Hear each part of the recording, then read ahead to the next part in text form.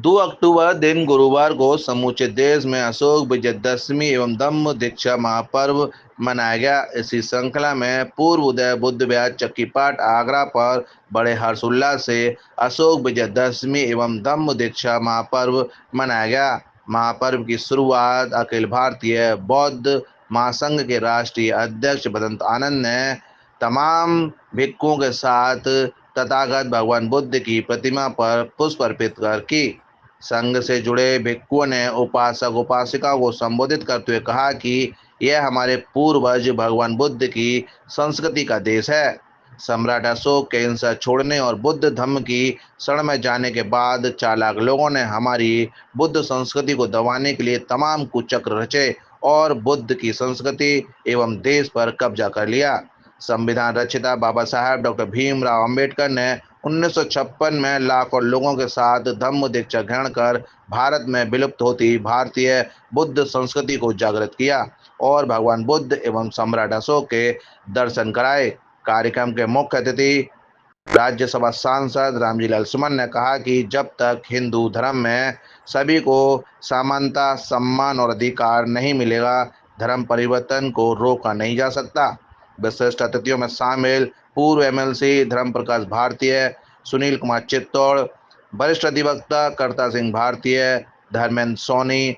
संजय सिंह ने कहा कि सम्राट अशोक ने हिंसा छोड़ अहिंसा का रास्ता अपनाकर बुराई पर अच्छाई की जीत का संदेश दिया था। बाबा साहेब डॉक्टर भीमराव अंबेडकर ने संविधान देकर भारतवासियों को समान सम्मान और अधिकार दिए और भगवान बुद्ध के धम्म का रास्ता दिखाया।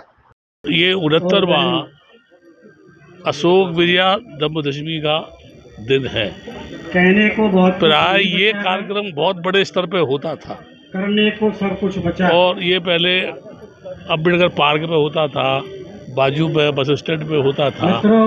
अब ये धीरे धीरे सिकुड़ता जा रहा है। आप जानते हैं ये कार्यक्रम धीरे धीरे सिकुड़ता जा रहा है। ये समाज मैं नहीं कह सकता क्या कारण है, लेकिन यदि बौद्ध है तो बढ़ना चाहिए, बुद्ध और अगर बौद्ध नहीं है तो ये घट रहा है। लंबे अरसे से संस्थाओं का निर्माण ज्यादा हो रहा चलाया है, जा रहा है।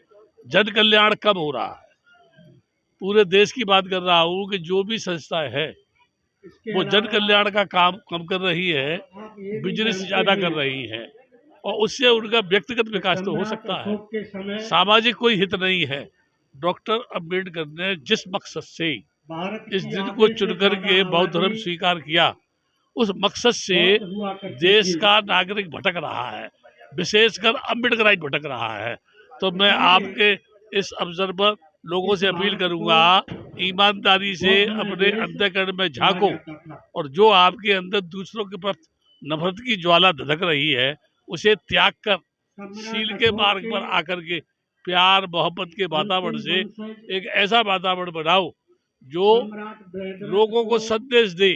क्योंकि आगरा के लोगों को पूरे देश के लोग बहुत बड़े रूप में सम्मानित दृष्टि से देखते हैं, लेकिन धीरे धीरे ये सम्मान कहीं कम न हो, इसकी ये आगरा के लोगों की यानी ये जिम्मेदारी है, और विशेषकर उन लोगों की जिम्मेदारी है जो अपने आप को समाज का मुखिया समझते हैं। तो विजयदशमी आज हम लोग संपूर्ण भारत में अशोक धम्म विजयदशमी मना रहे हैं, और ये अशोक धम्म विजयदशमी का जो उत्सव है ये ईसा से 261 वर्ष पूर्व कलंक युद्ध में जो रक्तपात हुआ था उससे दुखी होकर सम्राट अशोक बहुत व्यतीत थे, दुखी थे, अशांत थे। उनको एक भिक्षु का संग मिला, उसके माध्यम से उनको भिक्षु संघ की संगति मिली और उनका हृदय परिवर्तन हुआ, और हृदय परिवर्तन होने के बाद उन्होंने आज के ही दिन तथागत गौतम बुद्ध के धम्म को स्वीकार किया गया। तभी से आज के दिन को अशोक धम्म विजयदशमी के रूप में मनाया जाता है, और इसका प्रमुख जो रूप कारण था अशोक सम्राट का, वो था उनका असत्य पर सत्य की विजय, असत्य पर सत्य की विजय। अर्थात वो युद्ध में जीते, लेकिन उसको उन्होंने सत्य नहीं माना, उसको उन्होंने असत्य माना। उन्होंने माना कि हिंसा करना असत्य है, और अहिंसा सत्य है। मानव को, प्रत्येक मानव को अपना स्वतंत्रता पूर्वक जीवन जीने का अधिकार है। और मैंने एक राज्य को जीतने के लिए लाखों लोगों के घर उजाड़ दिए हैं, लाखों बहन और माताएं अनाथ हो गई हैं। इसका मुझे पछतावा अपने जीवन में करना चाहिए। और उन्होंने संकल्प लिया कि मैं आज के बाद कभी अस्त्र शस्त्र नहीं उठाऊंगा। यदि प्रजा मुझे मन से अपना राजा स्वीकार करेगी तो मैं राजा रहूंगा, अन्यथा मैं राजा नहीं रहूंगा। इसलिए इसको माना गया असत्य पर सत्य की विजय। लेकिन कुछ चंट चालाक लोगों ने इसका स्वरूप बदल दिया। कुछ काल्पनिक घटनाएं उन्होंने बनाकर इसको दूसरा रूप दे दिया। मैं आपके टीवी चैनल के माध्यम से कहना चाहता हूं कि आज पूरे संपूर्ण भारत में केवल 2 विचारधाराएं हैं। आज के दिन में हमें 2 विचारधाराएं तय करनी है। हमें हिंसा को त्यागना है, अहिंसा को स्वीकार करना है।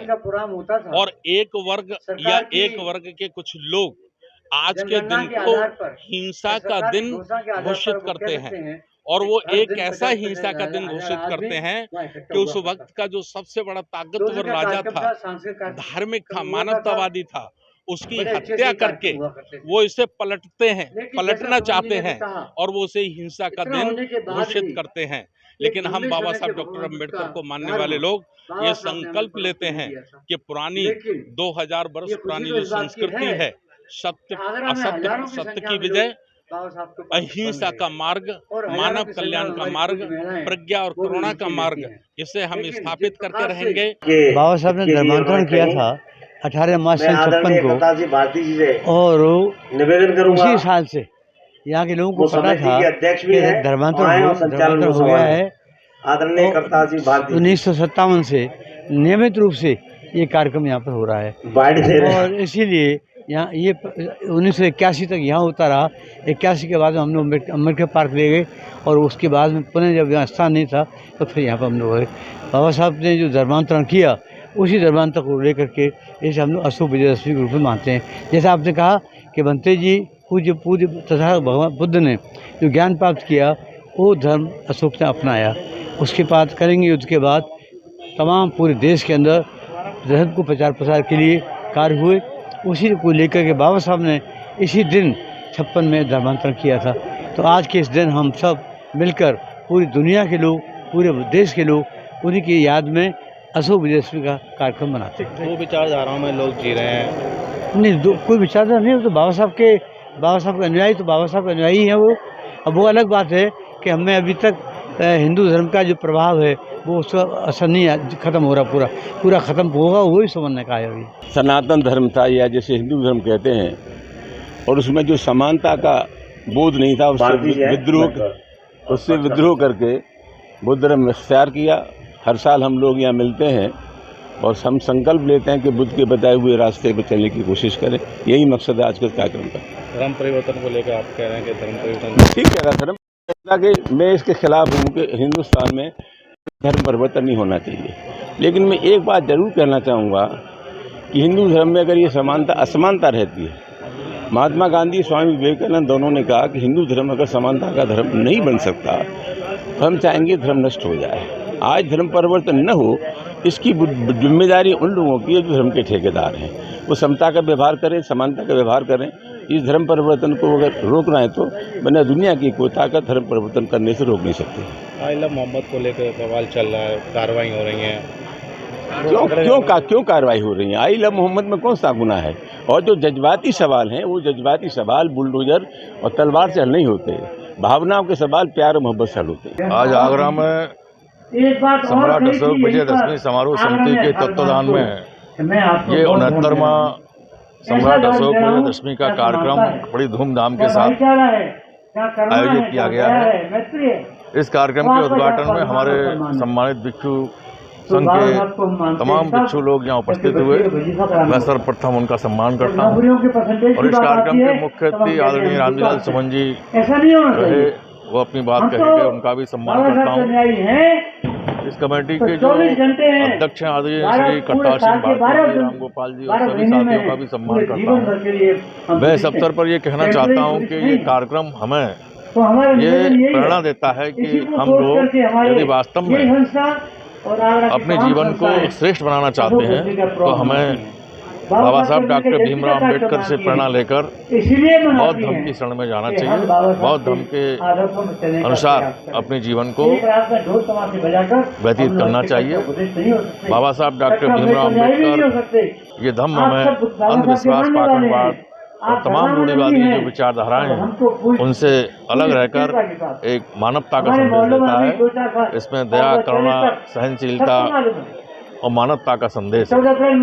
तो मैं आप सबके माध्यम से पुनः आज इस अवसर पर इस कमेटी के सभी लोगों का सम्मान करते हुए अपील करता हूं कि हमारी आने वाली पीढ़ी बाबा साहब से प्रेरणा लेकर इस बौद्ध धर्म के रास्ते पर चले और अपने जीवन को श्रेष्ठ बनाए। आज पूरा देश अशोक विजयदशमी मनाता है क्योंकि सम्राट अशोक ने आज ही के दिन खुद पर विजय प्राप्त किया था, हथियारों का त्याग किया था और उन्होंने धम्म की दीक्षा ली थी, बुद्ध की ओर गए थे। आज ही के दिन परम पूज्य बाबा साहब डॉक्टर भीमराव अम्बेडकर ने नागपुर की धरती पर 5 लाख लोगों के साथ सारी दुनिया की जो मीडिया के सामने दीक्षा ली थी और उन्होंने कहा था कि मेरा आज पुनर्जन्म हुआ है। मैं रूढ़िवादी परंपरा से बहुत आगे निकल के आया हूँ और अब मेरा जीवन बुद्ध के प्रचार प्रसार के लिए है। तो मैं मानता हूँ कि बाबा साहब ने 14 अक्टूबर को दीक्षा ली। उनका जो हमारे बीच में नहीं रहे, उनका परिनिर्वाण हो गया 6 दिसंबर को, तो ज़्यादा समय नहीं मिल पाया। अगर बाबा साहब को 2 साल भी मिल जाते तो मैं दावे के साथ कहता हूं जो 5 लाख लोगों ने दीक्षा ली थी, आज करीब 5 करोड़ की संख्या में होते। क्योंकि जो लोग बाबा साहब जो पूरा जीवन उन्होंने संविधान और समाज के लिए दिया, अर्पण कर दिया, बाकी जो समय था उनके बाद बुद्ध धर्म के लिए वो करना चाहते थे। अशोक विजयदशमी के शुभ अवसर पर बस यही समाज को मैसेज देना चाहता हूँ कि सम्राट अशोक के जीवन परिचय से, तथागत गौतम बुद्ध के जीवन परिचय से हमें परम पूज्य बाबा साहब ने ही अवगत कराया। बाबा साहब ने सम्राट अशोक के दर्शन कराए, बाबा साहब ने ही बुद्ध के दर्शन कराए। बाबा साहब ने ही हमारा जो हमें संविधान के माध्यम से जो हक और अधिकार दिए उसमें बुद्ध के दर्शन भी डाले, सम्राट अशोक के दर्शन भी डाले। तो हम सबसे ज़्यादा अपना जो भी दुख, पीड़ा, परेशानियों से जो निजात मिलने का हमारा रास्ता है वो संविधान का रास्ता है।